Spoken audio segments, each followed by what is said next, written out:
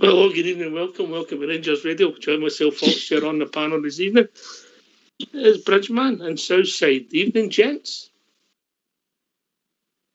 Evening, guy. Evening, Ox. Well, can I say a big good evening to you guys in the panel? Huge good evening to the guys in the lobby and to all the Rangers fans that are listening in all over the world. Good evening. Welcome to Rangers Radio. Enjoy it.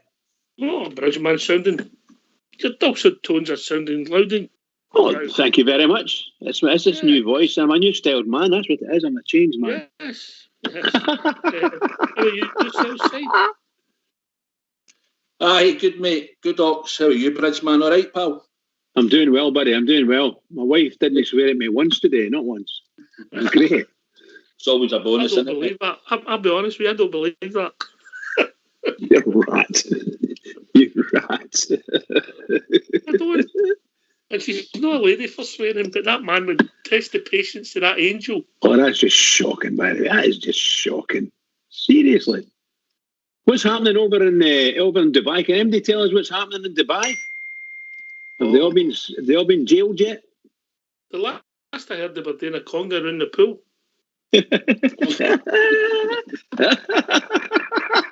Very good. That's pretty cool, actually. That's pretty cool. I'd like to have seen that. How are you, Southside, mate? Have you come off the ceiling yet? Aye, mate. Aye.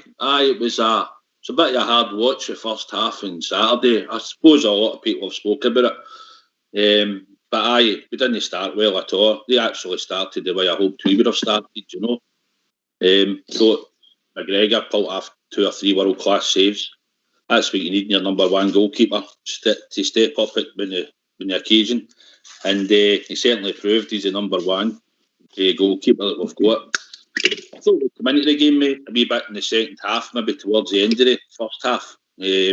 Obviously, the second half was a major talking point. It was a straight red.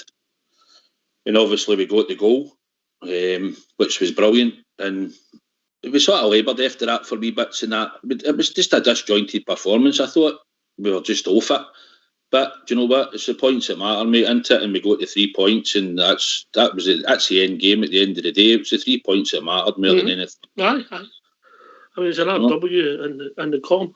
For me, we got to pull up the part enough in the first half, but we just never retained it. Alfie, Joe Aribo, Roof, and Kent were guilty of, let's just say, slack passes for a minute, a better for his Southside. Aye, we couldn't hardly put a pass together. They weren't holding the ball and making the passes like we were used to. Don't get me wrong, they shut us down and came out at us right. Fair enough, but we should have been able to have passed round them. To be honest, I thought for most of the first half we were really playing with 6 men. It felt like the goalkeeper, the back 4, and Davis and Kamara, basically the whole first half, you know. But we moved on, we picked up, and we got the goal out of nothing. Aye, what did I do? What did I say? Did I take a Bridgeman and own goal, didn't I? You did say that. That's the start of the season so far. Can I come in on that just for a second? No, sorry. I was just going to say that in all probability, you know, I watched the game again. That's probably the 6th time I've watched it.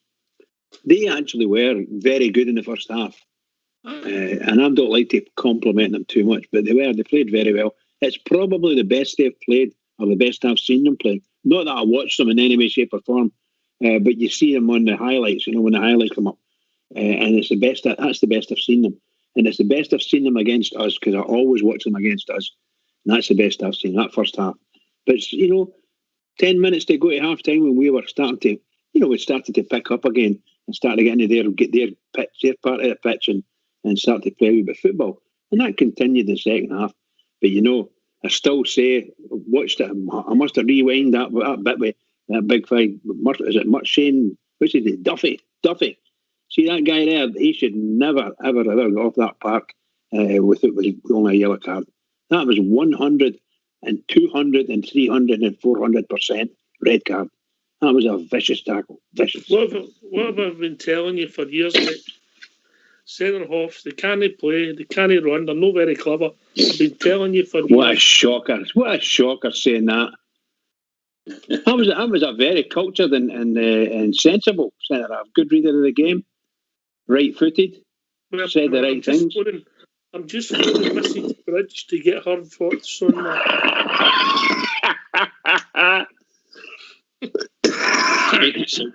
Southside. He's making himself sound like Davy Weir there, isn't he? Southside, he get player of the season.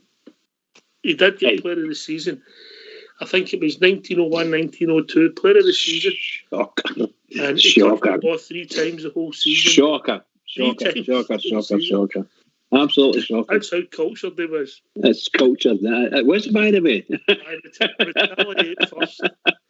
When they played in South Africa, they really started another Boer War. By the way, that's terrible. It's shocking. You really are.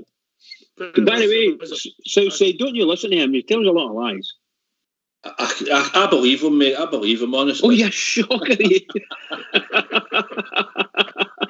Southside, do yourselves a favour, don't. It was Bridgeman that taught me. We know we're lying, my lips are moving. Yeah. Wait to see some of that footage that he's got stored in that cupboard. Some footage. The Bridge in action. Right, okay.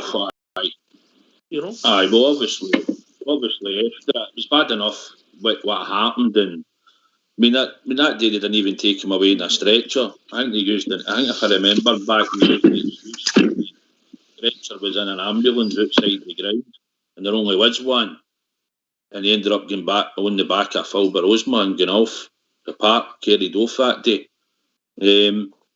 But and I think maybe then we started beating them, mate. More often, getting into 90s and 91 and that. So they had their sort of successful period when Fergie was there through the early 80s with Dundee United. And then we started turning the tables on them. And I think that's maybe a bit of where the animosity came from, maybe over the years, mate, I'd be glad to hear what people have got to say on it. Bridgeman? I always thought that it was the Ian Durrant incident that incensed the Rangers fans. But in my mind, something's in my mind here about the Aberdeen Casuals. I think they had a couple of running battles with the Rangers fans outside Ibrox. So it may have been something to do with that as well. Maybe I'm wrong with the years. Hopefully somebody can correct me if I am. That's my indeed. Sorry? You're right, Bridge, to a point. You had an element of that. Remember, they came down the track at Pittodrie. Yeah. One game. I don't know if we won that day or no, but I remember that. But I don't know, mate. I just think it's probably just their hatred for us, mate. Do you know what I mean? Well, I think used to winning stuff back then. I think Alex Ferguson would have added a lot to that because he didn't like Rangers or the way he was treated at Rangers allegedly, and he got all his teams whenever he managed. They certainly didn't like Rangers if he was in the Scottish League type thing, And I would imagine he was telling them just get tore right into them. Don't come off that park with it, blah blah blah blah blah. Because I remember going to Ibrox quite a lot, and I think they were only completing our stands when they started. The people, it was just crazy. I think the early 80s, I think, when I went over there, and it was just, you're only getting maybe 10,000, 11,000 sometimes because the stands weren't complete, Mm-hmm. Really difficult. Aberdeen, mate. Aberdeen moved up with it. I think the lowest the Grunmont Dunty was when we had the 2 stands built and we only had, I think it was 27,000 or something. something like that. Yeah, I think you're probably right there, actually. You're probably right. I was at a few games against them anyway, and they never took no prisoners then. No prisoners. Well, they were a physical team.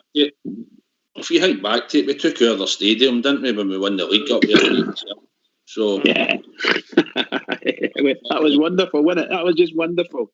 So that probably didn't endear us to them, did it? But I don't really care. I hate them anyway. I absolutely hate them, man. I hate them for the way they conducted themselves after the Durant tackle, singing the songs and all that. I mean, even to get to the point where they had Rangers players in their boozers up there in the urinals and all that. I mean, it's Aberdeen we're talking about here. It's not like it's that mob for the East End, you know. So their hatred is there. Their hatred is there. You know, we know it's there.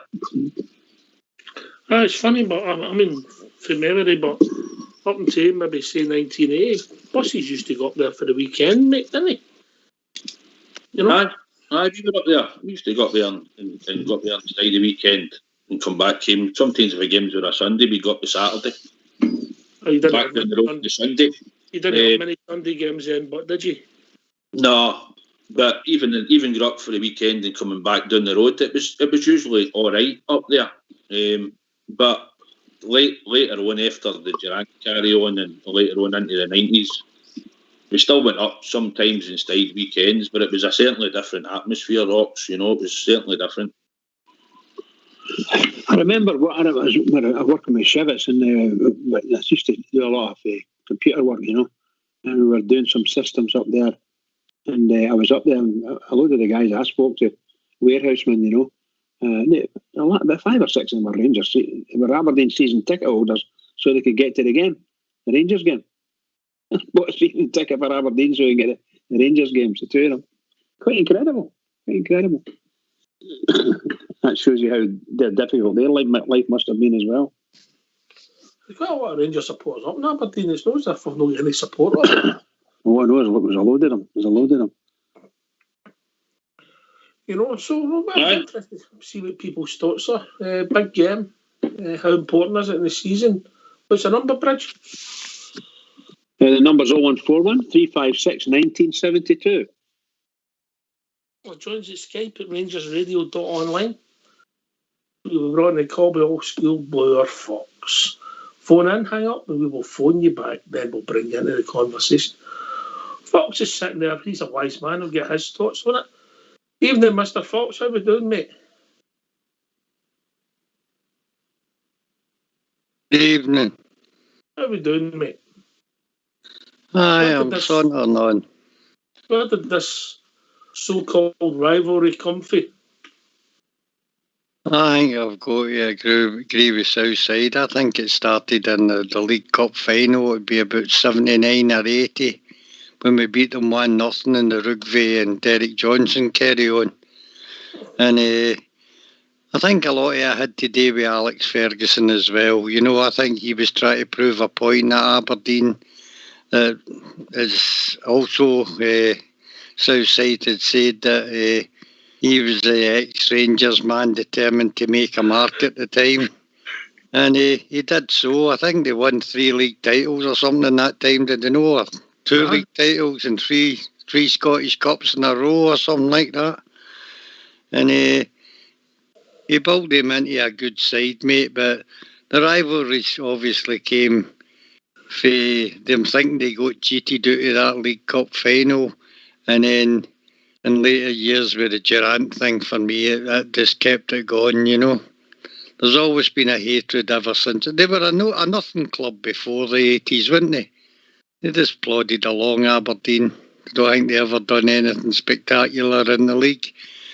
And Ferguson was a turning point, and then Jim McLean at Dundee United, around about the same time, took the focus away from Glasgow and up to the north at that time. Do you agree with that? No, that's a fair comment. I mean, they both the good sides then, you know, and they were getting to European finals, both of them. You know, it's quite a feat, really, Southside, eh?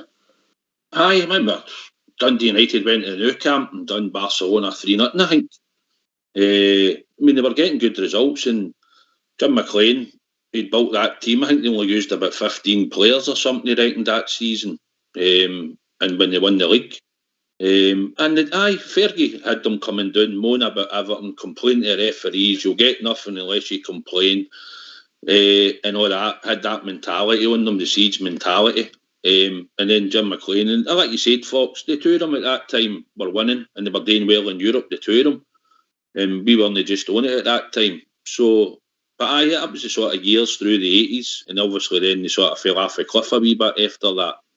But it's for some reason they always raise their game against us. I think it's the one game in their fixture that they look at and think, right, when do we play Rangers? You know, that's what I think it means to them. They had a good side then.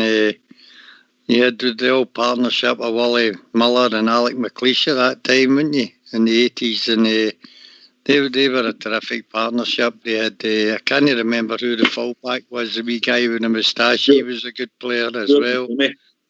They had Stuart McKimmie. You think of Stuart Kennedy? Kennedy, that's him, aye. Did you know Joe Harper up front at one time as well? Just about then, that was about his peak, running about 79 minutes. Aye, they definitely. The other thing with Ferguson was he tried to turn the press against both Rangers and Celtic as well, and he done that quite successfully. Put pressure on the SFA at the time.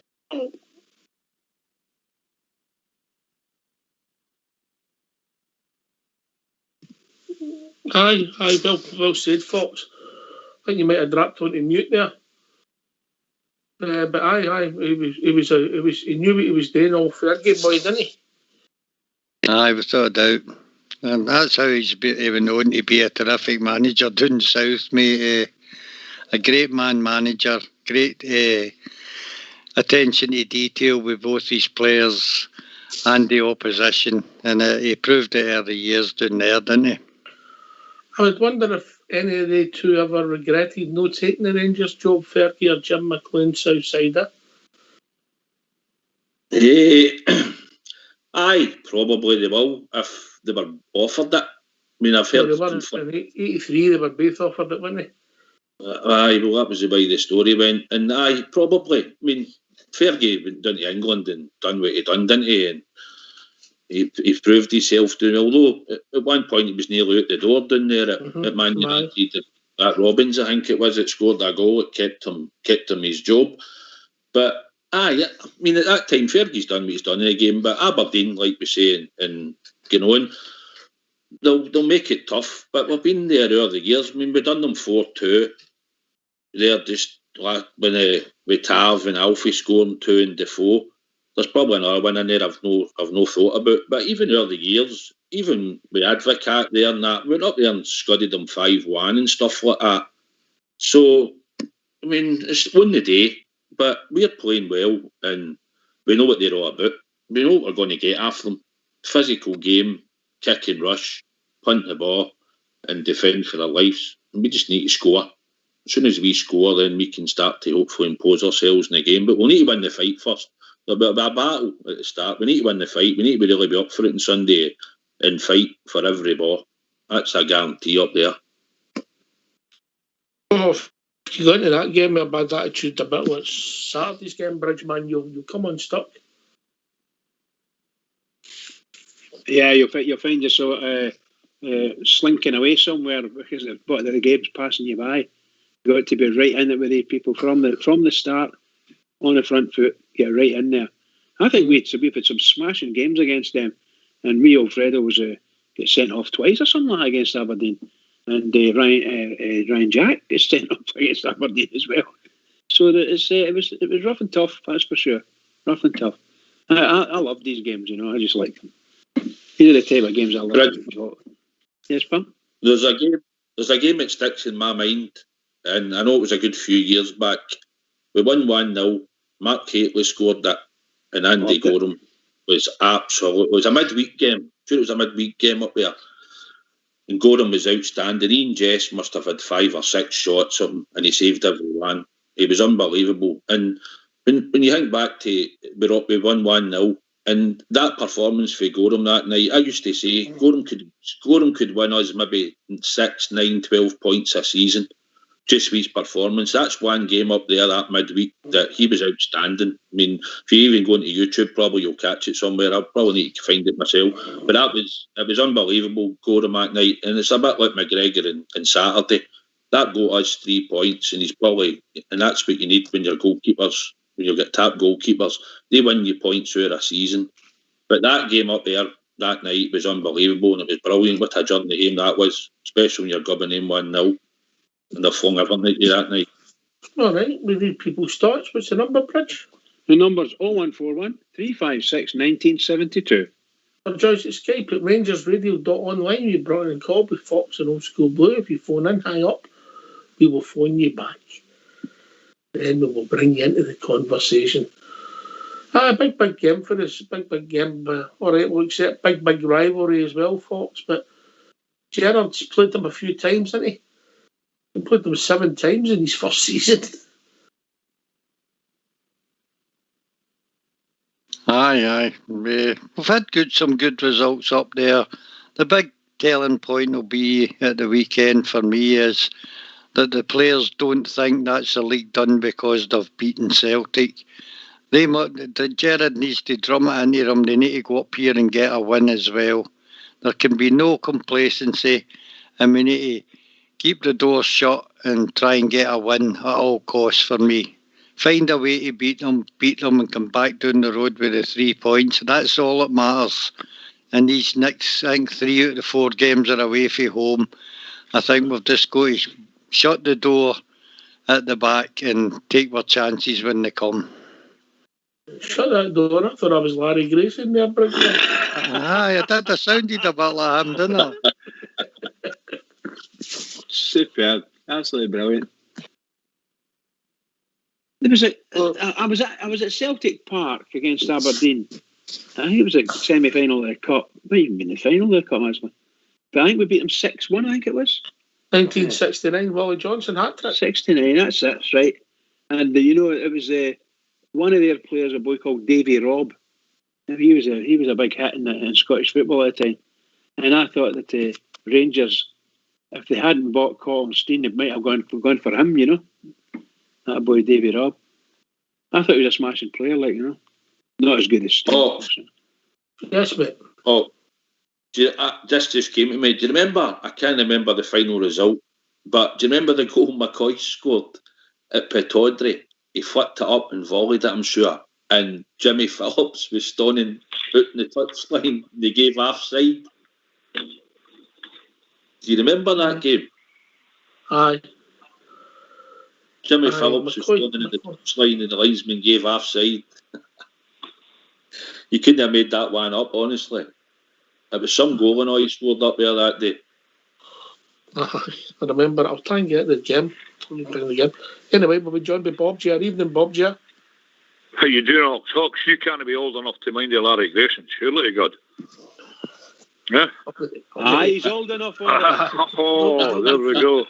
Don't be fooled, Bob G. Don't be fooled. No, pal. Good evening, everybody. How you doing, all right?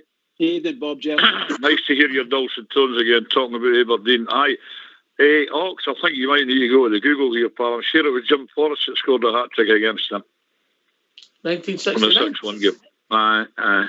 Then again, wait a minute, I'm a bit correct myself there. Was Jim Forrest no playing for them that day? That's a possibility. Listen to this, mate. Jim Forrest's last game for Rangers was against Berwick Rangers in 1967, Bob J. That's right, that's correct. Him and Big Danny McLean got the blame for that, that's correct. Yeah. Imagine getting beat for them that year and reaching a European final in the same year. Dear. Aye, we're going up here on Sunday again, and as Fox says, roll the sleeves up, dig in, get the result, and that'll do us. And he's right, Gerardo here, too professional to think that the league's over and done and dusted. Just because we've beat Celtic, everything's rosy. No, we'll be ready to go again. The coaching staff will let everybody up for this on Sunday, and I think we'll beat them. They've not got a patch on teams of the past. As I said to you last night, what's the guy's name again? Considine. And the big boy, Ash Taylor, in the middle of the park. We've got it to get rid of them. Well, they'll be up for it. They'll be in about us as they always are, but I think we've got it to get a result up there on Sunday. I'm sure you all agree. If we play Bob J, we win, yeah? Oh, aye, absolutely. Absolutely. I mean, we're a much better side than them. We've proved that. What was it? We'll beat them this year. What was the score? We'll beat them 4-0 and 1-0. Aye, absolutely. So, I think it's not going to be easy. It never is easy up there. As you say, it's a sleeves up job. They'll get in about you. There'll be yellow cards flying about as usual. But I think the Gers will carry the day again against them. There's nothing better I like than to carry the day against them. On that point about yellow cards, I hope Rangers don't let themselves get involved too much in that nasty stuff. Well, fiction's got a history at Bridgeman. Sure, of course, understand that. It's all right me saying that, because if I was in any game at all, I was in there. Melly started, I'd be in the middle, maybe even called it, Although I wasn't that type of person, in all honesty. Oh, absolutely no. Sound like a right Neil Nice fella to me. I am indeed, pal. Top of the tree. Of course, sure. Once again, Bob Ger, don't be fooled. No. No. I don't want our team to get, shall we say, eye off the ball. Somebody gets involved in this, and exactly but we could end up getting overexcited about something else, and somebody boots you. I'll get down to the level, Bridge. That's exactly level. Yeah. No, I want us to play our game at all times. Play our game. Obviously, look, if you get a stupid tackle like we had against them for that big Duffy, mate, you couldn't cope with that. Something's going to happen. So, are you ready for the team? Against Aberdeen 1969. Norrie Martin, Kai Johansson, Willie Matheson, John Gregg, Ronnie McKinnon, Dave Smith, Willie Henderson, Andy Penman, Colin Steen, Willie Johnson, and Origin Pearson. Goals from strong side. Andy Penman scored twice. Willie Henderson and Willie Johnson with a hat trick. Aye. Good. Yeah.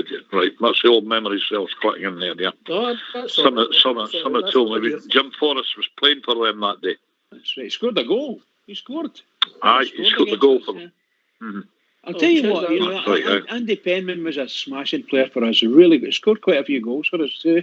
Diabetic, really, the man. He was a diabetic. That's right. That was the first time I'd ever heard of a sports person, or particularly a footballer, to do his injection. The thing maybe with Andy Penman was he missed a penalty against Newcastle United. Yeah. And he did in the Old Fairs Cup semi-final. And I reckon he would have scored that night. That was the same season. The same season, aye. Mm-hmm. That's right. I was there that night. It's the biggest away support I've ever seen in Ibrox, apart from Celtic, of course, and the old stadium. Bob Ger, was he Penman one of the old Dundee side that were a fantastic side? And he was. He was. Aye, they reached the semi-final European Cup. AC Milan beat them 5-1 in Milan, and there were a bit of a riot at Dundee after it. Dundee beat them 1-0. But seemingly every time a crossball had went into the box on it, you might be Bert Slater, yeah? I mind him all right, aye. Yeah, well, seemingly the Italian press, everybody, all the press, the guys must have 2 and 3 cameras at a time flashing at the boy for he warp his eyesight at a crossball. I remember it well. Aye, Dundee. Aye, and they're still the same. But they did that, aye. I mind you that. Bob Shankly was their manager at that time. Great side. Big Gilsine, Ian Ure. Well, Ure went to Arsenal. Gilsine went to Spurs. He went to Manchester United as well, I believe. He did. He ended up in Manchester United, yeah. Aye. Big Ure. I remember he had a big run-in with, when he was with Arsenal, a big run-in with Dennis Law, and Dennis Law smacked him in the face with it. Kicked him in the face. Something like that. Aye. I think that team, I think it was, what was it? Slayer, Hamilton, Cox, Seathew, Wisher, Smith, Perman, Gilsine. I can't remember who the inside left was, but the outside left was the guy called Robertson. They were a cracking side, aye. They won the league. Team. Oh, smashing team. They come to Ibrox and won 5-1 in the fog. Yeah. If your memory tells you. Aye. Yeah, it does. Good side, aye. Every day's a school day, south side there. I was just thinking that there, mate. I was just thinking, I think my mum and dad were just seeing each other about that time, thinking about having Waynes in the future. Oh, well, aye. Aye. Yeah, they were a cracking side, aye. That crops up every now and again. But there you go. But when we go to Sunday. What I was going to say was the league at that time, the league that we were playing in at that time, they had some really good teams. You know, the Hearts had a great team, Hibs had a great team. Kilmarnock were a good side. Absolutely. Wally Toner, Andy Kerr. Absolutely, pal. Absolutely. And of course, Bobby Ferguson. Wally Waddle, the manager of Kilmarnock. That's right. You know, here's a question for you two old campaigners then. You mentioned about the league being more competitive and the teams with good sides and all that. The 3 points for a win was meant to encourage attacking football. We don't see any evidence of that, do we? No. Not against us. Not very much against us anyway. You know. No, a lot of these teams in the league at that time are sprinkled with really good players, aye. International players. Absolutely, and some of the guys, the teams that they played for weren't Rangers and Celtic class, if you follow what I mean, as clubs. And my goodness gracious, they had some smashing players. Really did have big players, you know. Anyway, enough of that. We're boring them. On you go, Bob. Get something else. Yeah, we're sure it is. Aye. Well, on to Sunday. And this is going to be a rough, tough fixture on Sunday. Go on all that. So, Mr. McInnes, here come the Jers again. See how you get on. But I think they're a wee bit of a depleted squad we played them last time. Is that right, Ox? I'm not sure where they are, mate. I've not really looked at them yet. Well, obviously no, but I think they were agreeing to be. They had a wee bit of a depleted side the last time with that suspension period. The boy Ferguson, wasn't he playing? But Big Wall, you know. Well, Big Wall, he's known his uncle only first class anyway. So what do you think about Rangers going after him? No for me. Southside? No. Nah, no for me. No. You mean the young boy Ferguson plays with Aberdeen? No. Aye. Never in his life. Never in my hope so. Never in my life. I'll tell you. No, I agree with you. He'll not make us any better. Well, I doubt I don't think so. But I have to say this. I've said this about a number of players that I don't want them to come to Ibrox, but they've came, and whether I liked them or no, I'm supporting them. They're wearing the blue jersey, and I would do the same with anyone. Yeah. Absolutely. The last time you were happy to see somebody at Ibrox was Billy Graham. Aye. Right, anyway, we've been joined by Stephen. Evening, Stephen. How's it going, guys? How we doing, mate? All right? Very good. I was just really wondering what you guys' thoughts were about our midfield for Sunday. So, you know, they're obviously going to have Ferguson putting the boot in there, and we're without Arfield and anybody with some real dig in midfield. And you'll have Curtis Main up front. He's sharpening his elbows as he speaks. So, how are we going to manage their midfield on Sunday? Okay, I'll give you my thoughts and then I'll go to Southside. Obviously, we're limited because of injuries. I don't see a lot of changes. I think the midfield will stay the same. And the way that we have to improve their midfield and win the midfield battle is with ball retention and being smarter. Simple, because we've not got the pluggers or the diggers that they've got. Southside. It's going to be a hard game, mate. Sunday up at Aberdeen, as we always expect, and they'll put the boot in. I think the midfield, what Ox says, is going to sort of pick itself. I don't think Zunga will come in, so I think it'll be the same midfield that played against the Tardellis on Saturday. Aribo will just have to get his finger out, mate, and work harder. He's a good player on the ball. He's good on the eye. He's got good ability. But for me, he's got to work harder if he's in that midfield three. He's really got to put himself about. But it's going to be win the battle in midfield, I think. Maybe we'll play a wee bit longer balls now and again. Maybe miss the midfield out. We could do that. But it's all about battling, mate, and get on our game and play our style of football. And once we score, if we can get a goal in the first half, then obviously we should dictate the game. But it will be a hard game, mate. We'll need to win the battle. But like Ox says, I don't see the midfield changing, mate, for Saturday, if I'm honest. Yeah, I do agree that it's going to be quite a tough game. It's one of the few games in the season that Aberdeen actually turn up for. But I think, like the game against Celtic last week, if we could keep it close in the first half, I think they'll wear themselves out. They've got the boy Hedges that can do a bit of running. They've got Constantine will always give away a bad foul or a penalty, so that's a bonus. And Alfie loves the kind of games. I would put money on Alfie scoring this weekend. I mean, change positions slightly. That's when we win the game. We win the game because your forwards should be far superior to their defenders. Bridgman and Bob. Oh yes, I 100% agree. I agree with the chap there. What's your name again, pal? Steve, that's right. Sorry. I think that I think we were saying there about Alfie being getting in and among it and doing things, and that's absolutely right. I just absolutely love Alfredo Morelos. My only problem I've got with him is he's had more cards against him against Aberdeen than any other team, if my memory serves me right. So we don't want to repeat that if we can help it. So let's play the game and go on with the game, our own game, and don't get tempted into it, because it's easy done. So all I want is out there and win a game.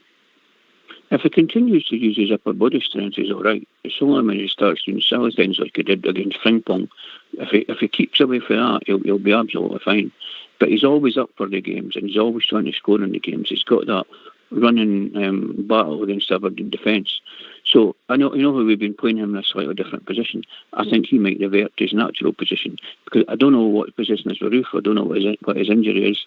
So you might see Alfredo playing a wee bit more forward. And when you mentioned Joe Aribo, I just love Aribo to death. I just call him magic feet. He's like Velcro. The ball just sticks to him. But he isn't your traditional warhorse in midfield that wins battles. He just plays that wee bit further forward off the defence, and he's the one that will find the ball to play it through. Aye, Steve, that's all right saying that, mate, right? But when he's in the forward position, but they know he's playing in a 3 in the midfield, and we can take the Celtic game out of it because of the way the whole team performed in the first half, right?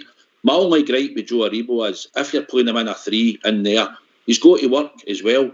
I mean, just run about, put the tackles in, work hard, and then, because you've got Aberdeen on Sunday, we're going to have to win the fight to play. You know, we're going to have to go there in battle, and if Ryan Jack or Arfield was fit, they two would be in the team. I think Stevie G would have the two of them in that team. But the fact is they're no. So if Joe Aribo's going to play and it's going to be a battle, he's going to have to be physical and work hard. That's what I'm saying. I know he's a brilliant player and he's good on the eye and he's good going forward. He's creative. He's all the players you want. He's probably a great number 10 if we actually played a number 10 just half. But we don't. So when he's playing on the right-hand side of midfield, Steve, I only think he has to put a shift in. If he can't carry passengers, do you know what I mean? That's the thing. We've all got to work and graft, the whole team. No, I didn't disagree with that. I mean, there's only two ways to manage it. He's one of these guys, Southside. He'll do something just outrageous when he weigh the ball. You know? Aye. If you think back to that Braga goal. Braga, exactly, aye. Yep. He's got something in his locker. He does pretty regular. I take your point about him not being a natural getting about the pitch midfielder. Do you think that he's maybe ideal to be just one forward? I do. I mean, I believe with Scarfield. I mean, I feel he's injured, so they're a great combination.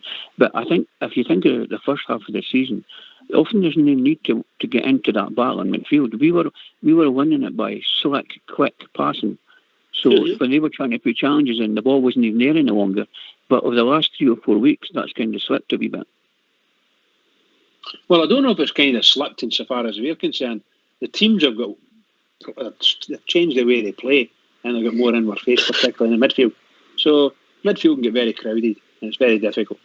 But if we get a wee bit of space at all, our boys are brilliant players in that area. Brilliant players. But Stevie, where are you from? Kirkcaldy. Kirkcaldy, there you go. The coldest place in Scotland. Coldest place in Scotland. That's where Bud Johnson lives. Bud Johnson. I don't know if he's still got a pub in Kirkcaldy, but he had a pub in Kirkcaldy. I don't get a pub now, mate, but he's still there, mate. Not up for you, Bob G. Come on. Just there, isn't well, it's a wee bit for me, like along the fourth history there. But I met Bud Johnson one night along there. I met him along in Kirkcaldy. I was talking to him. He said I knew more about him than he did. But I'd read his book and all the rest of it. And he's looking well. He's looking good, aye. But that was his first game at Ibrox when he played against St Johnstone. Davy Wilson was injured that day. But no, getting back to what Steve says about Aberdeen, he's right. We can't expect Joe Aribo to go around diving into tackle. Well, that's not his game. But he's going to have to be up for it because the squad is a wee bit depleted in midfield at the moment with the loss of Jack and Arfield. And this game was tailor-made for the two on Sunday, and I presume they're still no fit. So we'll just have to go with what we've got. And as Steve rightly says, we were making slick passes. Kamara's there, but we're making slick passes and the ball wasn't even there. They're no great shakes. Aberdeen, come on, boys. They're just a roll up the sleeves and a boot at job on Sunday. And we know that. You're mentioning Curtis Main. He's got a bigger belly than me. So, we should be. We should. And believe it or not, I've got more hair than him. So, we should be able to get on about it on Sunday. And Alfie, as we're all saying, and all agreed, keep the heat, screw the nut, and we can do this all. The results are the most important thing. So, I think the recent thing was their attitude. Gerrard's got their attitude right. And I often find that where some teams let themselves down is they take the field as if they've got the right to win. Now, we've been extremely humble, but the messages are right. You heard Borna Barisic today talking about it's 10 years since they've won it, we need to do it for the fans, but the fans are not on the pitch. It's up to us to take each game one at a time. So the attitude's sound. Can I just come in a minute and say that, Stevie, your voice is nothing like a Kirkcaldy person's voice. Your speech is brilliant. So you can't be there, surely. I don't know about that. It's maybe because I work in Edinburgh. Oh, that's because we don't have any accent in Edinburgh. There's no accent in Edinburgh, so I may be picking up. You do sound like a lot of Kirkcaldy at all. Well, if I was to talk the way to talk back here, then you wouldn't understand a single word that I'm saying. Does that sound more like it? Well done.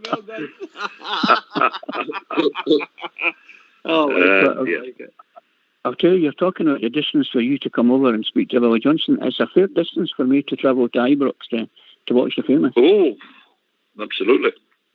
Me and my son. Missing it big time now.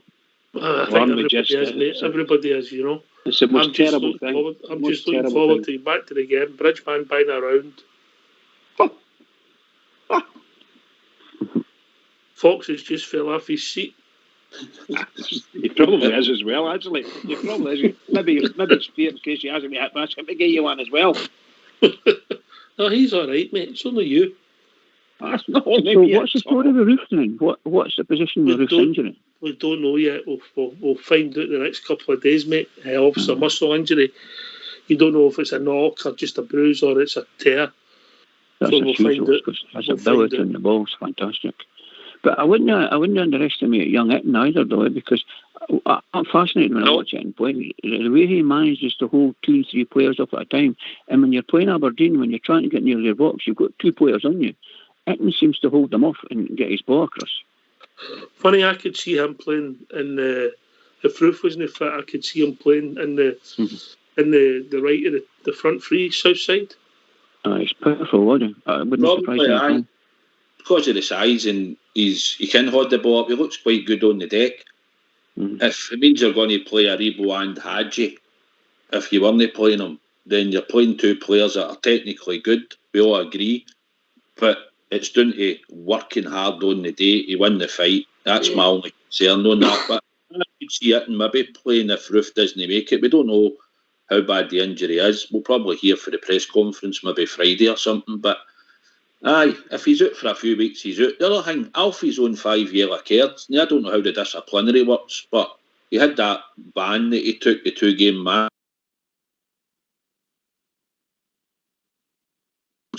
So if he gets a booking on Sunday, I don't know, is it near a suspension time for him? No, that's another thing we've got to watch.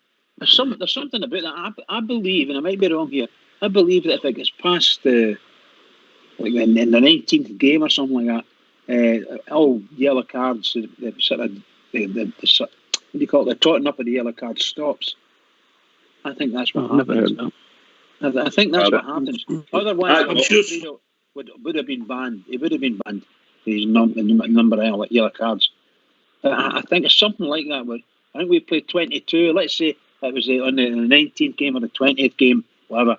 And after that, you go back to start scratch again. Something daft like that. Maybe one of the boys in the lobby can explain it. But well, Fredo, it's probably not if he gets booked against Aberdeen. It's more like when. Yes, this is it. You know. So we've just got to watch. Remember that even no matter what happens, because if it has gone past it and he didn't get the ban and it starts again, he's already got a yellow card. So that's him. Yeah. Well, but it's that time of the evening, Bob. Are you off? Hang on, door closed. What's the question, Ox? Are you away? No. I'm here, but I'll be a takeaway getting delivered to next door. All right. You spoil next door. They'll live on them. They're learning to speak Cantonese. Right, okay. Aye, it'll be interesting Southside because obviously Jack, Arfield, potentially Roof, we're sort of 15, 16 starters. There's a chance for somebody like Bitton to come in and move himself a wee bit further up the pecking order. Aye, mate, aye, definitely. If he comes in and puts a good performance in, mate, he's got a chance of staying in the team or even score. We don't know how these injuries are going to be, but if it's going to be for the next few weeks going forward, then there's a couple of players. Maybe Zunga might get a game in midfield and that, and he'll maybe have to come in and try and take his chance as well. Show us what he's got in the locker. But I think the defence will stay the same either or with Helander or Balogun as long as there's no injuries. That was my only concern when I thought about Alfie. I just thought maybe when you get to the 6th yellow card, is that maybe a suspension time? I don't know. I hope no. But apart from that, mate, players will just need to come in, and if they get selected, take their chance, mate. That's what it's about. You've got to stand up and be counted. It's going to be a hard game on Sunday, and then we've got a game against Motherwell away the following week. So, players will need to come to the fore, mate. That's what we're looking for. We expect it. I don't think it'll be an easy game for Aberdeen either. Sometimes we've got to, rather than think about the challenges Aberdeen present, we've got to focus on some of the talent that we have. Do you know what I mean? We worry because we didn't want to drop points, so we sometimes worry about our opposition. You've got fantastic players there that want to do anything to win, and anything not always a goal. Aye, mate. No, you're right. No. I think what we're getting to now, Stevie, is we're getting to the we're nervous. We're nervous as a support because of where we are in the journey in this season, and we know that every game's critical. Absolutely. We're just nervous. Bridgeman, if people want to join us after the tune, what's the number? The number is 0141 356 1972. Or join us at Skype at RangersRadio.online. We brought in a call. The old school Boer Fox. Hang up, we will phone you back. And then we'll bring you into the conversation. Aye, big game. But you're spot on, Stevie. It doesn't matter what team we put in the park. If we do play, we win. There's no doubt about it. Fingers crossed, let's hope so. Keep on going. I genuinely believe that, Bob Chair. I'm not looking through the blue tinted. I just think that we'll get better players in them.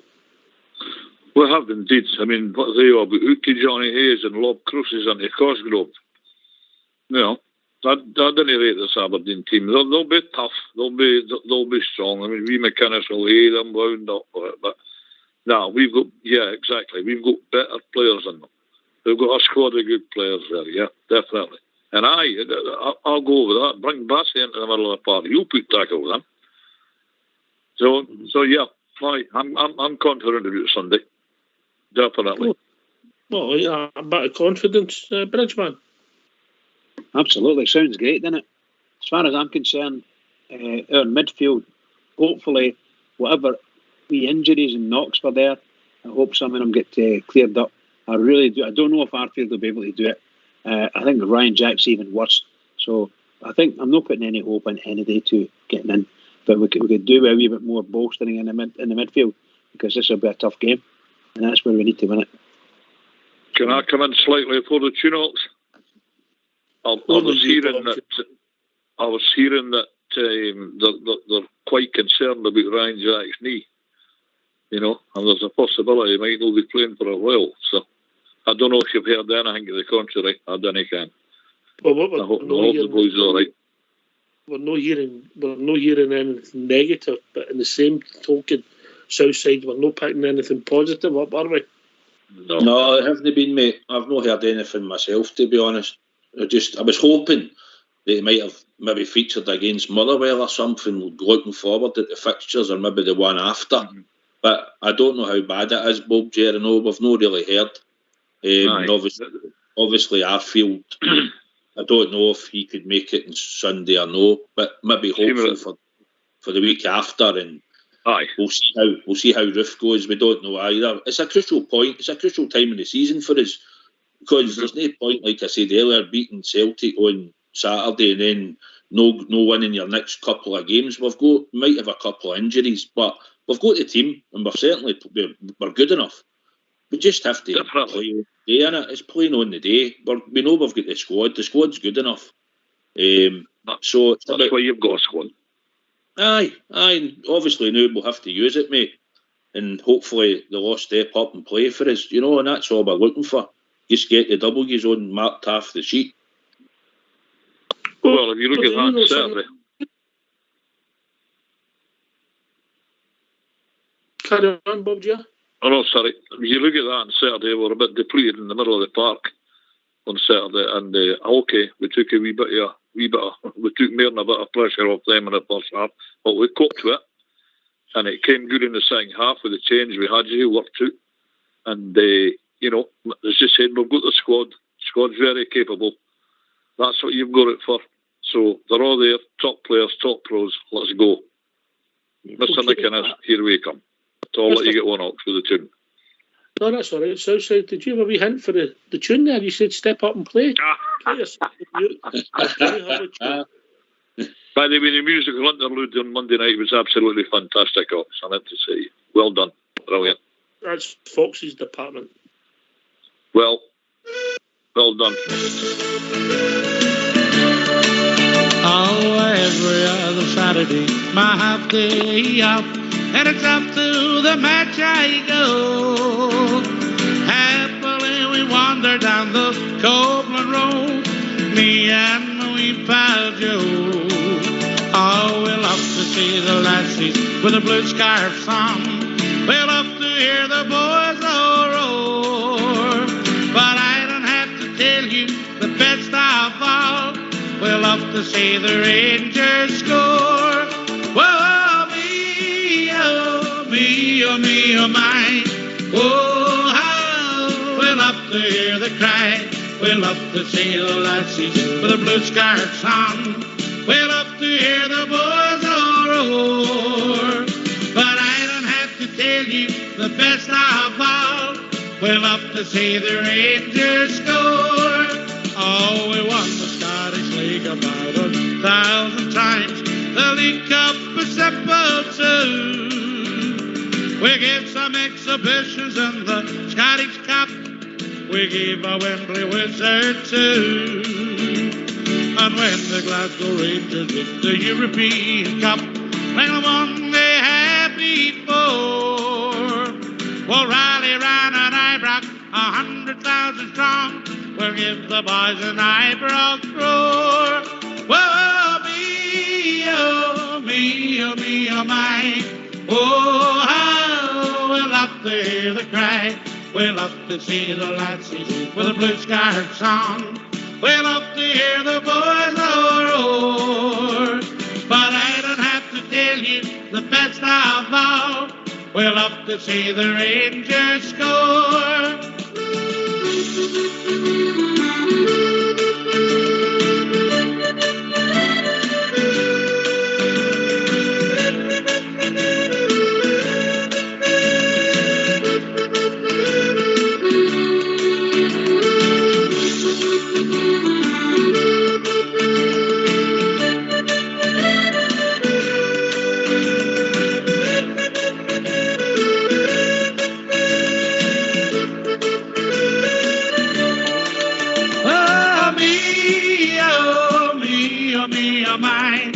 Oh, how we love to hear the cry, we love to see the lassies with the blue scarves on, we love to hear the boys all roar, but I don't have to tell you the best of all. We'll love to see the Rangers score. Whoa, me, oh, me, oh, me, oh, my. Oh, how I love to hear the cry. We'll love to see the lassies with the blue scarves on. We'll love to hear the boys roar. But I don't have to tell you the best of all. We'll love to see the Rangers score.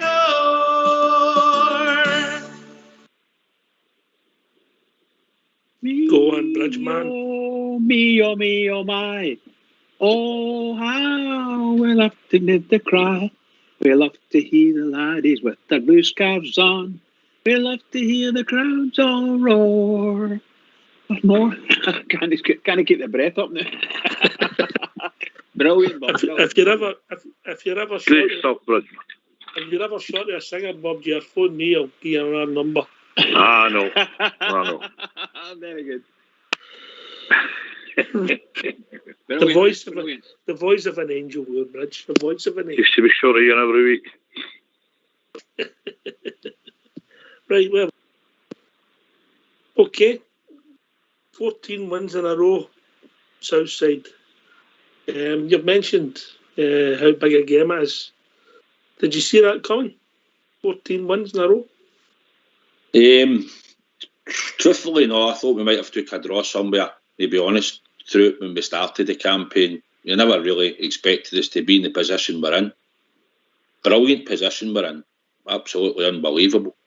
But no, mate, if I'm honest, I never seen it coming. But we've played some great football.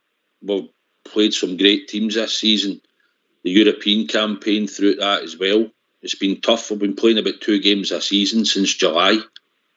So to get to where we are now, the amount of wins we've had, the goals we've conceded domestically in the draft in Europe, tapping the Europa League and tapping the league now and 19 points clear in it.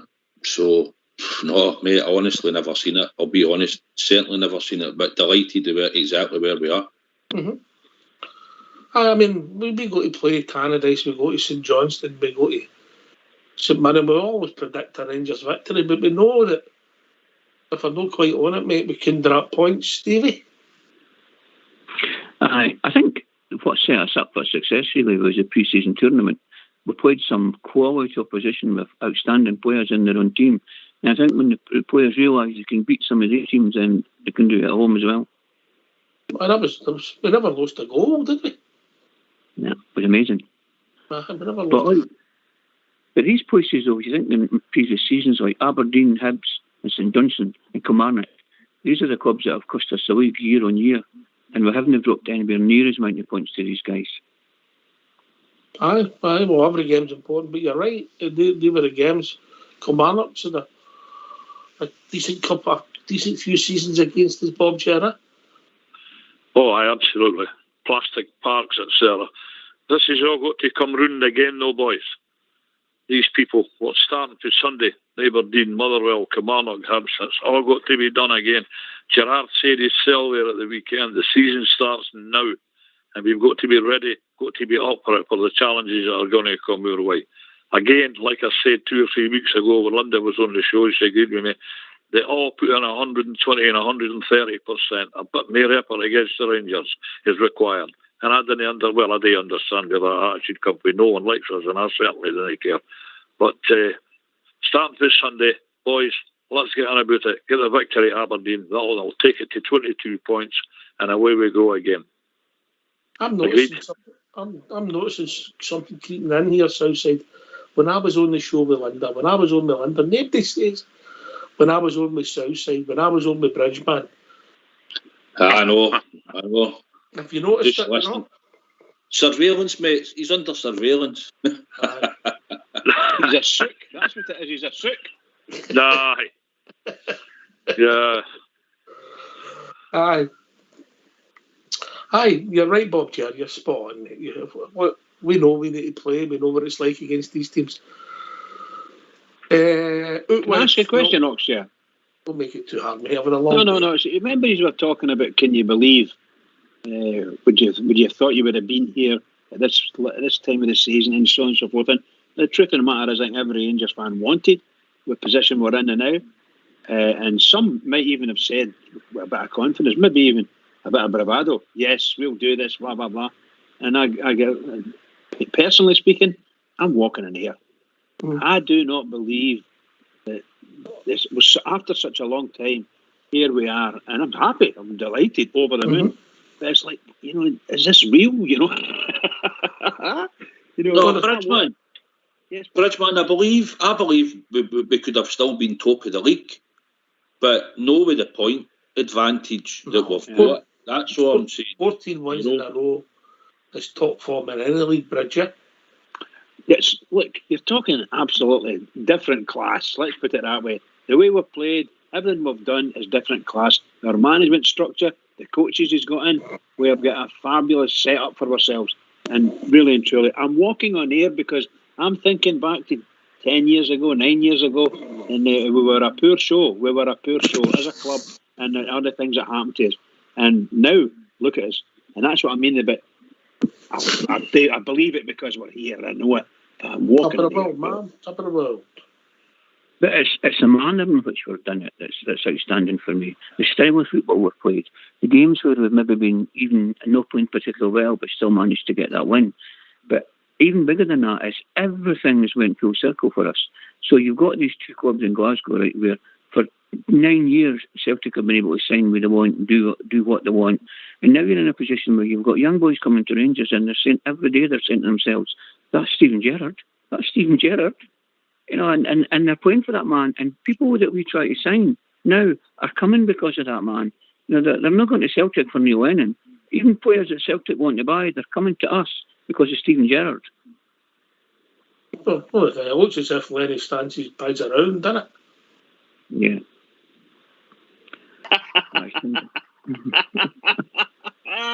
I love it. That's brilliant, by the way, Oxford. Brilliant. It's brilliant. He's a big... Stevie, you're spot on. Your namesake Stevie G. He's a big part of the jigsaw. The manager's the most important person at a football club, and he's important to your brand. He's important to everything we do.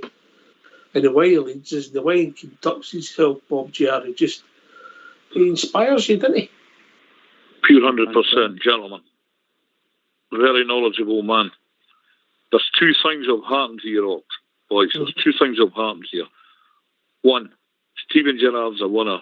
He's came in here and he's looked at the situation. He's brought in the backing staff, we've brought in the players, and their organisational skills have been unbelievable. Do look at us. As Steve said there, who in hell's name would ever have thought we're going to be 19 points in front in the league, the way things were going recently. And another thing that's happened, and I'm not wanting to rabbit on about them, but they totally underestimated Steven Gerrard. Totally underestimated. They can't have taken the last two seasons because it takes, as Walter Smith said at the weekend, it takes time to come into a ginormous club like Rangers, like any big club, to turn it around. Well, Stevie G has almost done it.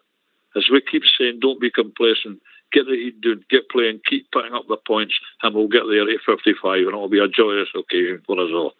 So that's my point. But Steven Gerrard, yes, absolutely. What a figure of a man to get in as a manager of your club. What's worrying me is the post-Gerrard era. Who are we going to get after him? Because he's not going to be here forever. But enjoy the ride while he is here. That's it. We're still on the way up with the roller coaster. Let's stick with it. Yeah. Right. You know what I mean? But it's outside. Look, I accept your point earlier on. A rivalry between Rangers and Aberdeen, arguably, maybe too cool for the Edinburgh clubs. Is it a away trip? Is it one you look forward to getting up there, or is it one you always called, and that's in July, No, I mean, don't get me wrong, we took a couple of doings up there in the past, but I used to look forward to it. It was always a good atmosphere up there. Like I said, sometimes we stayed the weekend, but it was good. I used to like going to Tannadice before it got modernised as well, when they had the big terracing and all that. That was another one I used to look forward to, going away to Tannadice. But Aberdeen, it's a good trip. The older days, it used to take you about 5-6 hours to get there, you remember? Unless you were going by train. But it was one that used to sort of get you fired up as you were going up there, wasn't it? you just couldn't wait to see the Bears come out in the park and then get away from there with a win. And it's always a happy journey down the road, wasn't it? Fish supper at Stonehaven. Stonehaven. They were the days. Lawrence Kirk, wasn't it? All right, I'm going to go round the panel then. Obviously, we're covering a lot of bases here. Stevie, I'm putting you, obviously, you've got Bob Jen and Bridgeman, the senior citizen, then you've got down for them, you've got Southside, then yourself, then me covering the younger generation. So, the away games, would that be, in your days, Bob Jen, Bridgeman, what would have been your favourite away days? Favourite away days, for me, I think it used to be Easter Road. You used to get the train through to Edinburgh, up onto Princes Street, right into Rose Street to the White Cockade, name of a pub at the end of Rose Street, full of Rangers fans, full of all the songs, going for it. Guys from Broxburn and the surrounding area, brilliant. I walked down the Leith Walk into the park and into it with the Habs. I used to love it. It used to be a good atmosphere in Easter Road with those big terraces and all. Before they modernised it, Shaw's Heights they called it. It was, I used to love going to Easter Road in Edinburgh. Then back up again at night for a drink in the city centre in Edinburgh, down to the Waverley and the train home. And a good day was usually had by all. Yeah. All right, okay, sounds a good trip. He obviously didn't go on the football special through to Edinburgh, then, eh? No. Bridgeman? I used to like going through to Tannadice, and I like going up to Aberdeen. And the reason why I like going up to Aberdeen is when you go on the bus with the drum, you had to stop in Maryhill Road to get your carry tapped up. You used to get your booze, your bevy, the night before, and you go on the bus and all the singing, all the shouting and bawling. The time you go to the boat on Maryhill Road, that was done. Just stop with the first licensed grocer driver. Brilliant. Tynecastle was special. Great place. Great place to go to. Was it the old Tynecastle, should I say? The old Tynecastle. There was some walk when it parked the buses. Remember they used to park the buses, then that walk up. It's 3 miles. Aye. I'm sure they changed the car park into Murrayfield. Oh, just brilliant. It was a great stadium and some great games. And, some of the Hearts players were smashing people, Hamilton, Park. He's a goalkeeper, a long-time goalkeeper with a moustache. What is it? Cruikshank. Jim Cruikshank. Jim Cruikshank. Oh, my. Donald Ford. Donald Ford, that was him, yeah, remember him. Used to just say the Hearts supporters were too lazy. Rangers supporters were too lazy jumping on the train, didn't they? Aye, that's the truth, by the way. That's the truth. You think they're going to try to repay us, eh? Anyway, it's a different world nowadays. Yeah, it's a different world now. The social media world. Aye. Can I just say once again, just for anybody who's following it, once again, the Boys on Spotlight on Twitter. Another story broke your day about that club like no other. Go on. No, that's all. All right, okay. It was there. It was in the Times, mate. It's in public domain. Just boys, some unbelievable. Right, Stevie, what about yourself? I can only talk about it in the past because since we went down to the First Division, I never went to any other away ground. I only went to Ibrox. But Tynecastle would have been the one. I think you're alone in that choice, mate. There's a lot of people done that. I'm one of them. And I didn't go. I probably should say Hampden because anytime we went to Hampden, it was normally a positive outcome. But I would probably choose Tynecastle because it was quite tight. There was always a lot of noise there, a lot of singing. Atmosphere was always great. So I would probably say Tannadice. Tynecastle. Sorry, Tynecastle, I meant that. I wasn't keen on going to Aberdeen. I remember one season going to Aberdeen. It was a midweek game. It was a Tuesday night game. Aberdeen's a long way for me. I mean, going to Tynecastle was only 45 minutes. We're going up to Aberdeen. We had 90% possession. It was pissing the snow. And Aberdeen had 2 shots on goal and the 1-1-0. And I thought, I'm not going back there for that. I mean, Some great days in most of the parts at some time there are, you know. Obviously, the weather comes into it. Sometimes you just want to get there and get away. But the old Tannadice had an atmosphere, didn't it? South side. Aye, that big long terracing. I remember we played a game up there, Ox. I think Sandy Clark scored, and we didn't even see the ball go in the net. We didn't know Rangers had scored because you couldn't see the goal up the other end. League Cup semi-final, 1984. Aye. Is it? Aye. Well, aye. Mm-hmm. It's up and it was 1984. Mm-hmm. That night.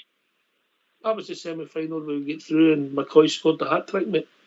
Right, aye. Well, that night up there with that fog, it was wonder the game finished. But aye, Clark scored. We didn't know until they nearly got to the halfway line. Well, the Bears started celebrating. It was unbelievable. But it was always a good atmosphere up there, mate. It was a big steep stand, wasn't it? But I used to pack in behind there and behind the goal, and it was always had a good atmosphere up there, mate. Didn't mind. Used to go to a couple of clubs up in Dundee back in the day. Go up early and we'd have a wee few swallies in the club, then get down to the game, and then get back to the club maybe for an hour, then get the bus down the road after it. And so they were always good wee trips up there. There was never any hassle with them. No, never. No, or Dundee. Or Dundee, yeah.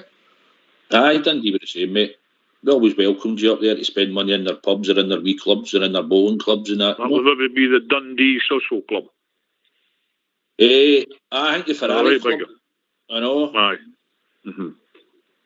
The Dundee Social Club, aye. And you had the Goodyear Tyre Social Club up there as well, yeah. I remember them up at Tannadice. Good venue. Aye. Yep. Well, that terrace in the corner, you used to think they were away up, didn't you? With a white dyke. They'll hang about Tannadice. If you're ever in that main stand and try to go out the ground in that wee wooden staircase that they've got in that main stand, man, that was unbelievable. If you ended up with a ticket in there.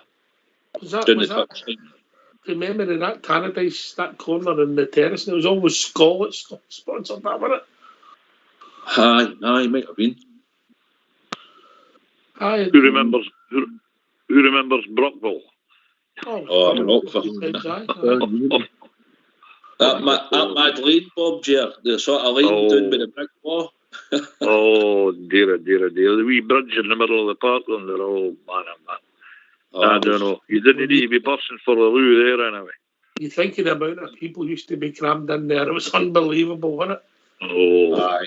You couldn't even go anywhere once you were in. That was you. I mean, if you knew where the toilet was, you were lucky, but you couldn't even get there. There was no chance. Do you know what I mean? No. You were just cramped right in there. I think we used to go to the Mariner Bar back in the day then, Bob. That's right. The Mariner Bar. Aye, up the Tuning Pocket. Walk down the brae, turn left, and you brought a Morrison supermarket. You can't remember yesterday, but you know, remember all these pubs you went by. You always remember that. Aye, all the pubs, aye. Aye, a big drum in it. Dunfermline was always a neat wee grunt. It was all right. Still on the road for me. Dunfermline was all right. You know, Bob, I used to love Dunfermline. I thought they were a very attack-minded football club, and they had a brilliant team. I think what was Alec? They did it one time. Alec Edwards lives in Kearney Hill. He was a fantastic player. So he was one of the best. Dunfermline. I thought they were great. Great European team as well. See now, I wouldn't walk over a grass to see. Yeah, there you go. What was the incident? Incident happened, didn't it? It caused you upset with them. I can't remember what it was. It was something they were playing. The way they played against the Rangers. That's for sure. I'm going to sign off, Ox. All right, Bob. Sorry to disturb you, lads. It's time for the dogs. And hey, again, the show absolutely brilliant. And nice to talk to a young fella with the Lang Tune. That's Kirkcaldy's nickname. The Lang Tune. The Lang Tune. The L-A-N-G. The Lang Tune. The coldest place in Britain, I can assure you. But nice people. Nice people. Speak to you again, Bob. You take care, lads. We are the people. Absolutely. Always. What's a man? The coldest I was ever at a away game is funny enough. Capital for memory. Oh boy, you're right there. You're right there. It is an absolute freezer, that place. Freezer. Have you been to Arbroath? Aye, been there. I was never as cold as I was at Buffalo. Oh. Really? Oh, yeah, I found Arbroath really cold. Kicked the ball out at the park, it was in the sea. Right, try Cowdenbeath, mate. I'm sure there's others as well that are really cold. Really, really cold. All right. They get the stock out to warm up. Some memories there, so people want to join us. What's the number, Bridge? The number's 0141 356 1972. Join us at Skype at RangersRadio.online. We brought in a call with Fox and Old School Blue. Phone in, hang up, and we will phone you back. Then we'll bring you into the conversation. Aye, you went to all these games. There wasn't a hassle, was there? South side, was there? Just went, watched the game, drank, back came. Aye, when we were doing the leagues you're talking about, or No, before that? Historically. Aye, historically, aye. You could go most places. We used to go to a boozer in Motherwell. We used to go to a boozer in Dundee. We were there regular. No, they knew we were coming up. Bus turned up, we got in, had a drink. Aberdeen was the same for a wee while until it changed. Hearts, we would go through. Sometimes we would maybe just have a drink in the club. But we could go through to Hearts. There was a wee bowling club round the back we could go to. So you could go to all these places, you know, and go down, have a drink, go to the game, like you said, even go back sometimes if you go back to stay. Hello. Well, It's Simon Grammy coming on. you turn the show off. Turn the show off. Right, there you go. Oh, turn it off. Hello. Hello, how are we doing? Oh, it's gone. Oof. I'll be back in a second, hopefully. Oh dear, that was deafening, wasn't Bad interference. Aye. Interference, there was at Celtic Boys Club. What's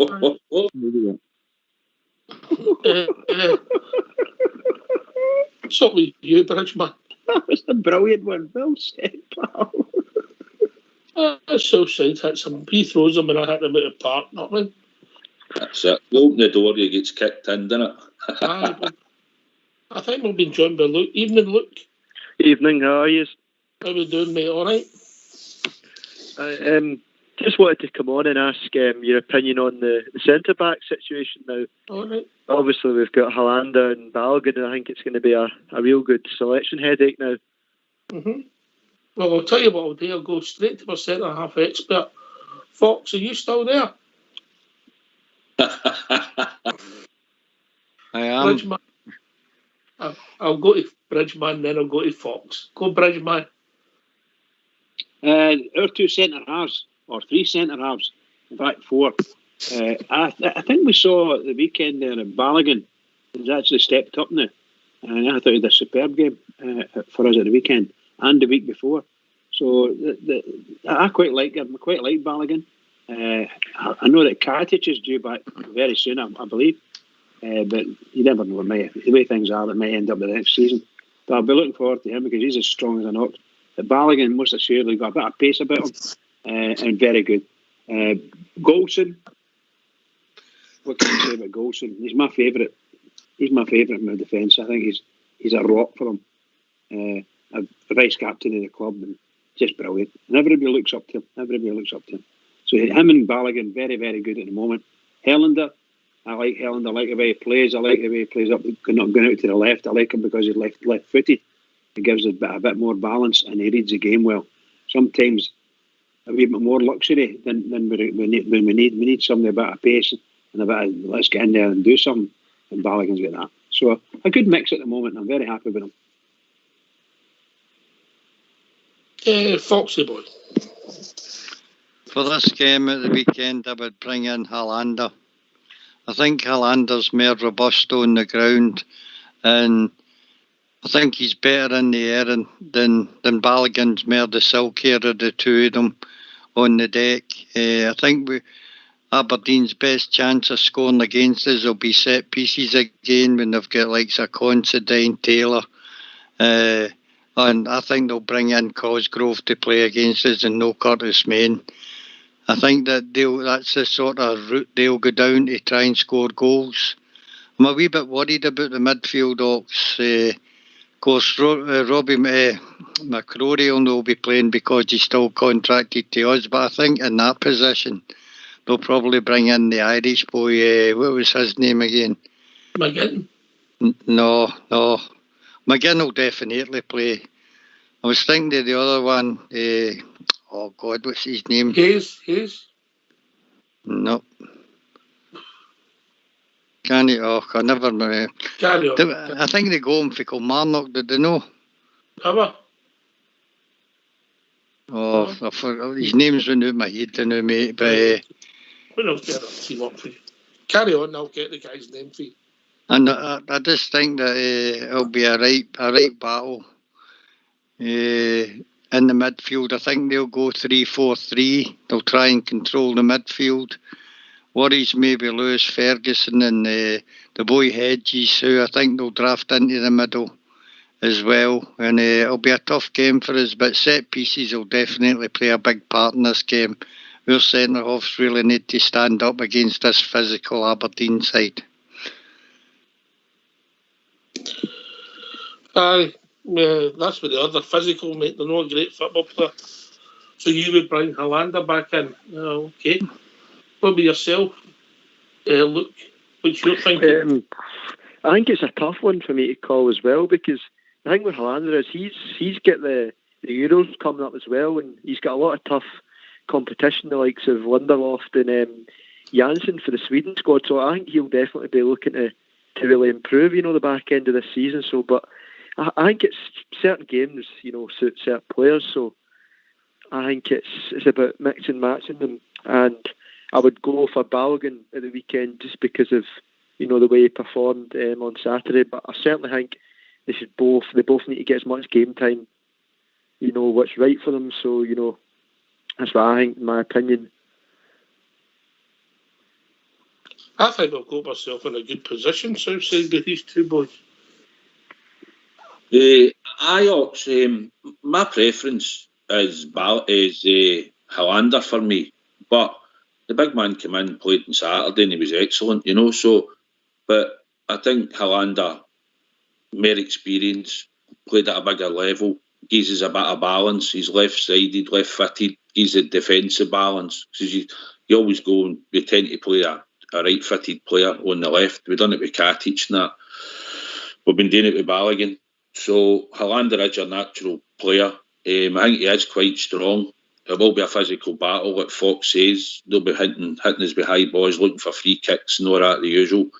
But if Balogun plays, mate, and the manager picks him, then I'm not worried. But I think Hollander is a good player. I mean, if you really count back, how many goals has he actually cost the team since he's actually played with us, There was a stat that he's not playing the losing team, Hollander. Right, so Mental. Apart from being out injured, and took a wee while to come back, the manager picked him, put him in the team straight away. He came straight back in after his COVID, after a few weeks, and then he obviously had come back out. But I think the manager trusts him, mate. I think Balogun's done well, but I'm not worried. I would personally, Hollander would play for me on Sunday, but that's just my preference. That's all. If Balogun plays, then so be it. He's shown that he's done pretty well, mate.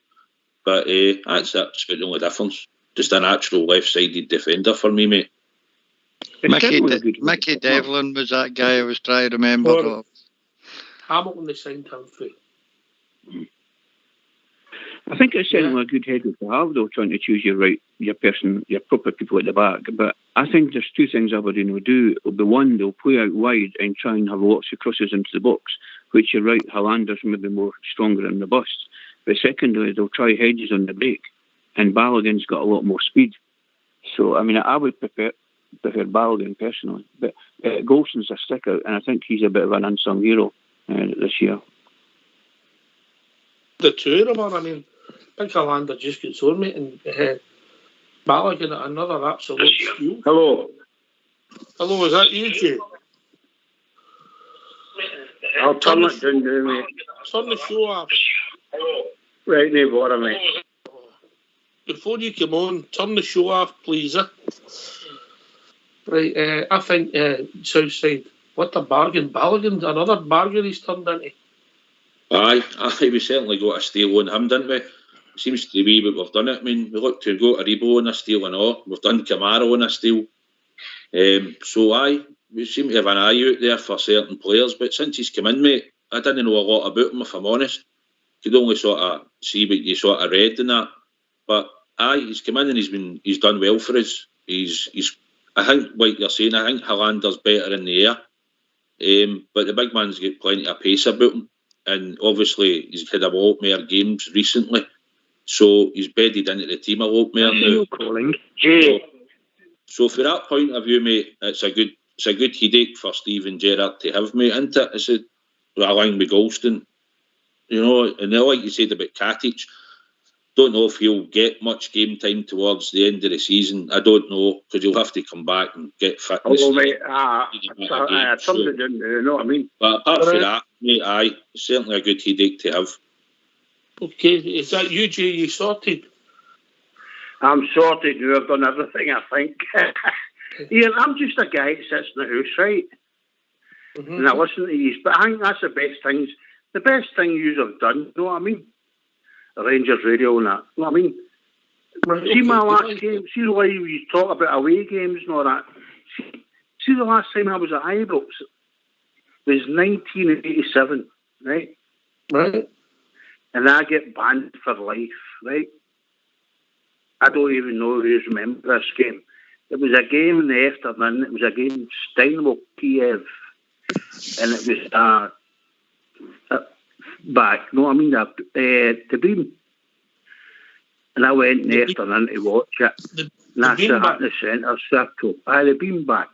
I sat in the centre circle because I was doing enclosure and I couldn't see it because of the sun. The sun was shining on it, right? And Alistair Hood banned me for life, right? But I've always been on to like programmes like you weren't there at the time. I've been on the radio shows and everything. No, I mean, it's the best show ever. I've done that for years. I've been to Ibrox right enough. No, I mean, I went to Johnny Hubbard's 80th birthday party. Aye. Right? And I went up the stairs and I walked into Ibrox. I hadn't been to Ibrox for years. And I walked in and I was disgusted. See they done the big thing. See when they got into Rangers Crest, they done a big office thing right in the top of that. And I went in. See when I get banned for it, and see the old guy with the white hat, I don't know who, the old security guard. The commissioner. Aye. See at the bottom of the marble stair was a bench. I sat in that. And he says, right, Alistair Hood wants to see you. No bother. But see, I went to Johnny Hubbard's and I went, where is it? It's hot. No, I mean, the marble staircase and that. No, I mean, that's what it's all about. Oh, and there's people going up the stairs for parties. I mean, but I'm telling you now, you boys are doing the best thing ever. We can sit and we can talk. You know what I mean? Brilliant. All right. I'd like to say another thing. I'd like to say another thing about you, right? I was listening to you the other night, I talk about Irish disaster and all that, right? Mm-hmm. I'd like to put a thanks out to Tuffy. I stayed in Priest all the time. We used to skip into the games. We used to go to security. Remember at the Celtic end, they called it. I'd like to put a big thank you to the two families, the Linnans and the Urquharts, who worked for the St John's Ambulance Company. I remember we used to get a 26 bus down to Ibrox. We used to skip in. And I'll tell you, do you know where I used to skip in? See the red sand house buildings at the Rangers end? I used to get in that close, go up the top, one up, open the window, go to the coal bunker, open the window, drape out, run along the old railway, put a scaffolding pole up behind the centenary stand, drape out the wall, and shouting one of the Linnans or the Urquharts and say, I've hurt my ankle, going to put me in the Rangers end. Know what I mean? That's what I want to say. He's doing brilliant, boys. So he's right. Brilliant, Jay. Listen, mate. I love getting pissed and sitting listening. I'm pissed now, but I love listening to you. You know what I mean? Just remember, know what I mean? Come on, turn the show off in the background, yeah. Well, the only thing, honestly, I'm going to say, you know, I get mixed up there because I put a bet on my mate, but he puts my bets on. So I've got Man City tonight, I've got Barcelona, I've got Juve and Paris Saint-Germain. And he phoned me the same time you are. He says, do you want to cash out? I went, fuck off. So I'm waiting Paris Saint-Germain to score a goal. Right, no bother, mate. But you're doing some job, boys. Thanks very much. For us people that don't go to the games, you're doing well for us people that sit in the house and don't go to the football. See, next time you come on, pal, apart from getting the sound shut, is he gone? All right, Bridge, he's gone. He knows, mate. He knows.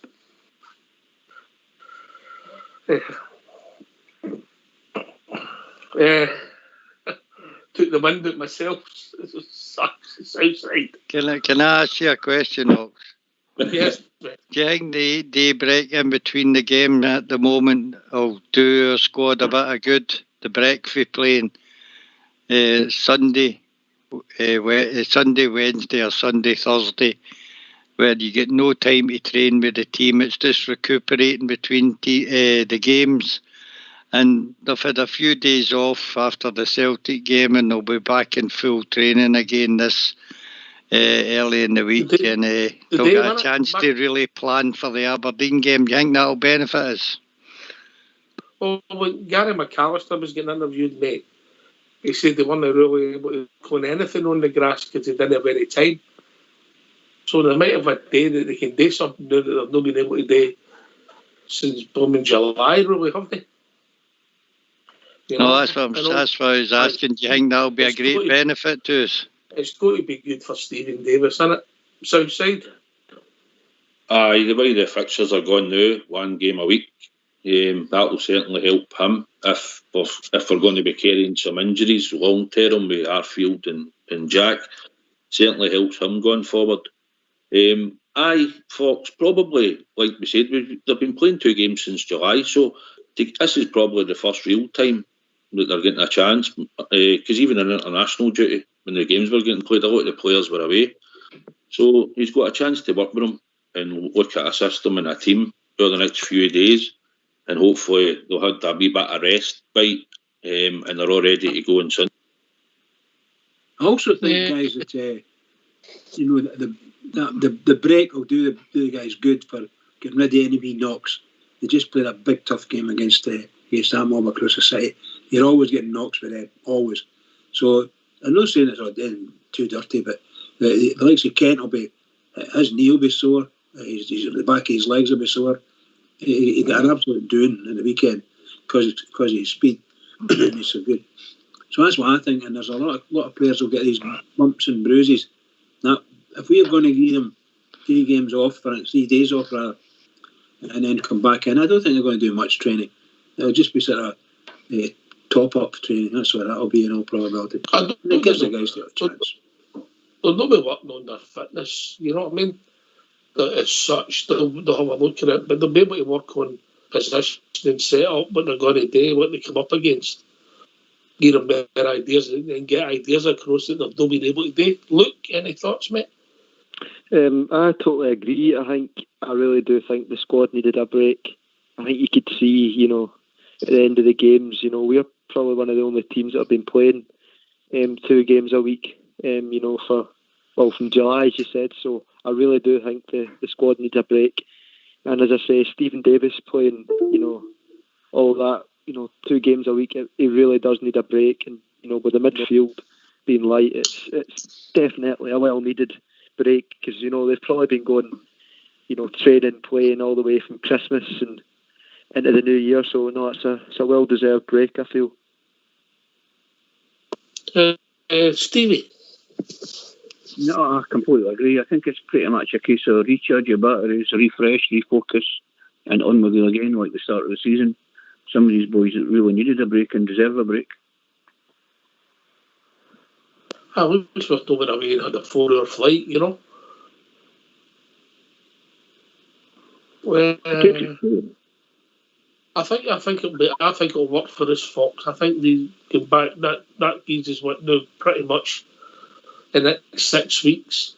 One game a week. I think it's came at a good time for us, mate. Personally, what's your thinking? Yeah, I think it will help with the mentality of the squad as well. I think you always like to spend a couple of days with your family, and not getting away to a training camp has given the players, after playing round about Christmas and New Year, a wee couple of days with their family, help them relax, as well as getting time to work on tactics up towards the Aberdeen game. I think it's been a good thing for Rangers.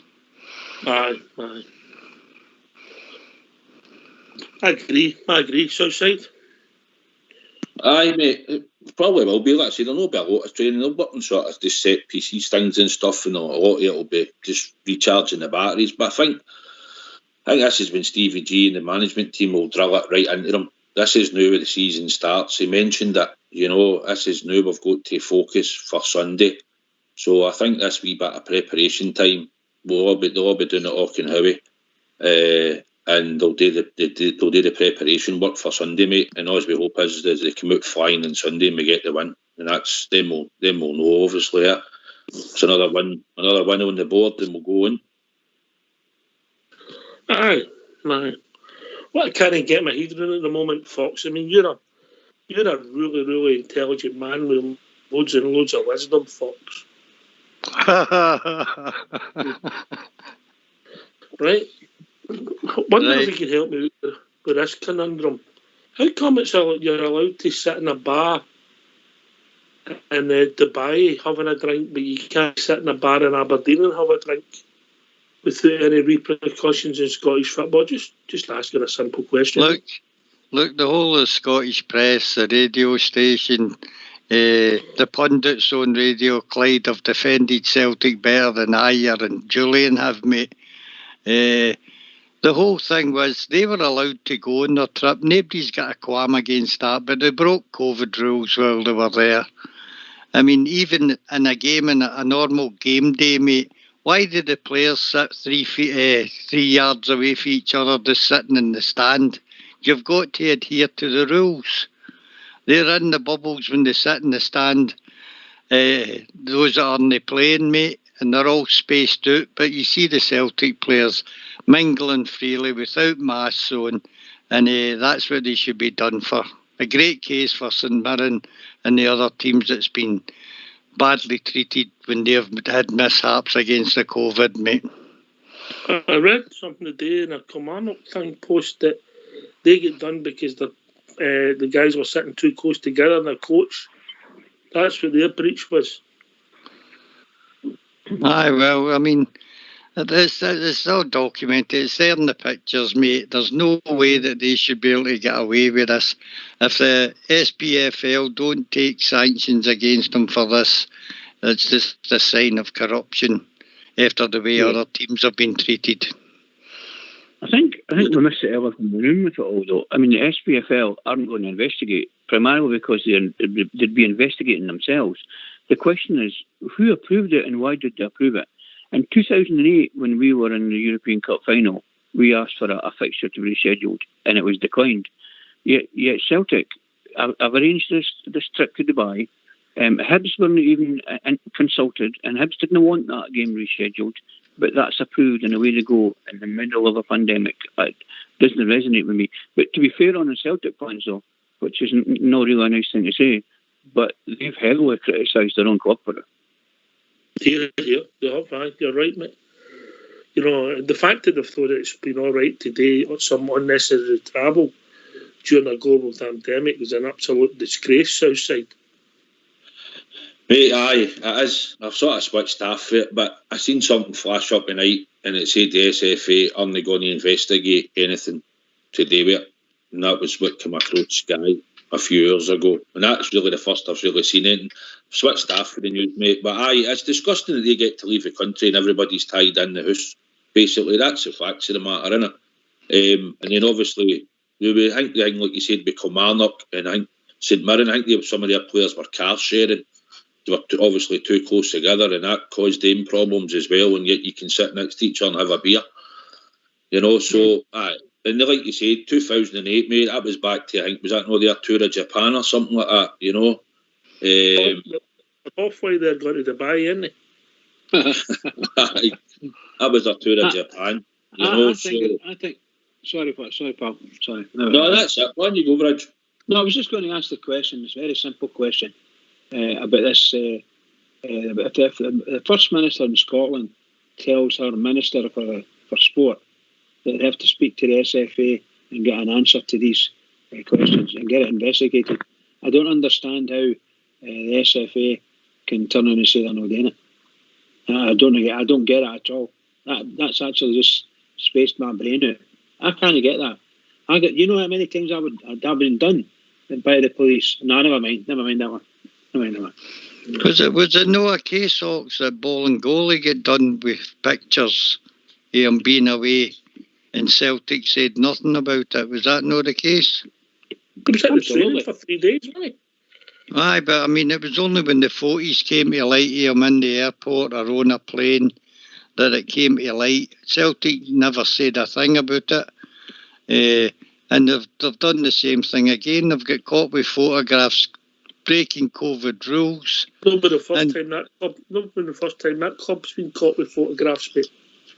No, no, but I mean, if we're keeping it to the serious side here, I don't think there's any way they can escape punishment for this, mate. They put the Hibs players at danger in the next game. They can't be confident playing against them that they've been in a secure bubble. Well, the thing is, they'll probably test negative, come back, and that'll be the next part of the story. But the Aberdeen players, when they were in a pub, I think most of them tested negative as well, but they still get done. It takes 10 days before you're clear, so you might be negative when you start off the plane. Doesn't mean you've not got it. It'll not come out within the next week. That's how you have to self-isolate. Yeah. It's just ridiculous, mate, what they've done. The thing is, I don't think this should come for Rangers. I think it should come for a joint effort with the rest of the SPFL to say we're not putting up with this. You can't treat one club differently for every other club. I don't think it should come for Rangers at all. I think what they've done is an absolute disgrace in putting what's going on in the world just now that they thought morally that that's all right today. Simple as that. Anyway, enough about them. They're a horrible, despicable club. I mean, the thing is that I don't want Rangers to get involved in it, to be perfectly honest. I think it's an ideal opportunity for Hibs to get back at them for rescheduling the match. And I'm sure there's another team wanting to take it to court. I don't know who it is, if it's part of this or who it is completely unhappy about it. But when you look at the bigger picture, here's a team, right, that's thrown at the Champions League, that ends bottom in the UEFA League, gets put at the cup by Ross County, loses a fixture to their nearest rivals to go 19 points behind. Their fans are paying £500 a season to watch virtual football on the television, can't visit their relatives and their family, and they're away in Dubai having a drink. I mean, that's just unbelievable. Slap in the face, they call it. A slap in the face. I think you're exaggerating. They can't visit their family. They're on the one house, mate.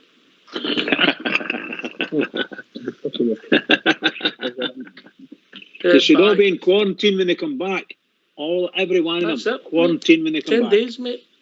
They're putting the Hibs players at danger, mate. But anyway, if somebody was to ask them the question, can you guarantee that the boys are secure because they've been in a bubble for the last week or so? The answer's got to be no. Southside. Right, mate. You're 100% right. But the SFA has allowed it, and the government obviously allowed it. So that's how they've obviously went. So if anything happens after the Hibs game, any players test positive, then it's serious stuff, mate. After that, innit? It becomes serious, and then obviously somebody will have to stand up and take the dairy for it. That's for sure. Mm-hmm. I basically asked 6 weeks ago.